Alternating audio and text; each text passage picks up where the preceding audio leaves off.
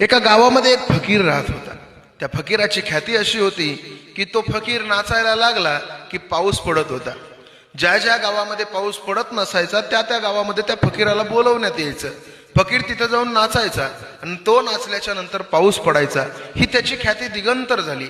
पण काही कालांतराच्या नंतर त्याच गावातले बाहेर शिकण्यासाठी गेलेले वेल एज्युकेटेड सुशिक्षित शिकलेली हुशार मुलं गावामध्ये परत आले आणि परत आल्याच्या नंतर त्यांच्या कानावर ही बातमी गेली की आपल्या गावातला फकीर नाचला की पाऊस पडतो। त्या पोरांनी वैज्ञानिक दृष्टिकोनातून विचार केला की फकीर नाचल्याच्या नंतर पाऊस पडतो असं कसं होईल।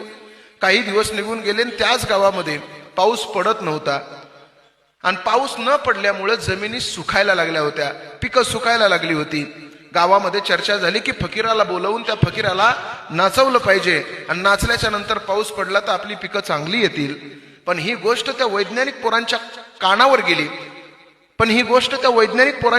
गेली आणि पोरांनी सांगितलं की फकीर नाचून पाऊस पडत असेल तर आम्ही सुद्धा नाचून पाऊस पडू शकतो।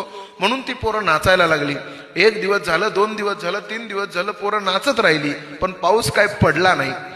त्या फकीराला पुन्हा बोलवण्यात आलं आणि फकीराला सांगितलं पाऊस पडायचा आहे, तुम्हाला नाचावं लागेल। बघता बघता फकीर नाचायलाही लागला। नाचता नाचता फकीर इतका नाचत राहिला की फकीराच्या नाचण्यानं पाऊस पडायला लागला।